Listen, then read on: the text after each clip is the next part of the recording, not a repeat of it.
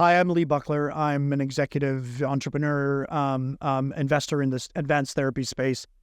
Super passionate about bringing cell and gene therapies to more patients around the world, largely by helping companies and organizations grow, regardless of what that looks like.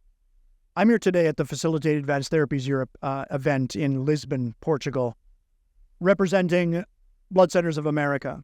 Blood Centers of America is an organization that has a long history of collecting, processing, and supplying over half of the blood and blood component supply to United States hospitals. But over time, the infrastructure of those centers have developed other expertise in blood-derived materials, including apheresis of starting material for cell and gene therapies, cord blood banking, tissue processing, and even full-scale manufacturing.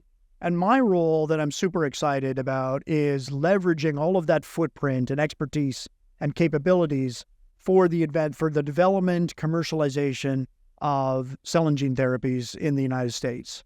I've had a wonderful time at the Facilitate Advanced Therapies Europe conference these past 2 days. I think it's super exciting to see the ecosystem of stakeholders, particularly in Europe, but from all around the world, involved in the development and commercialization of cell therapies, particularly here in Europe.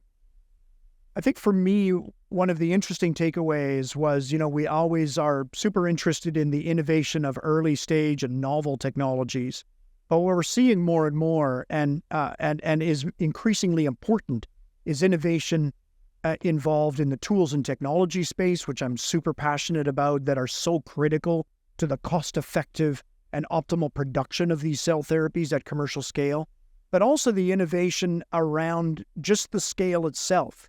So, of course, it takes much different kinds of supply chain and tools and services and technologies to supply something at scale than it does in very early stage clinical trials. And it's that kind of innovation that we're now seeing come to bear in the cell and gene therapy space that, of course, we haven't had opportunity to focus on and innovate around up until now.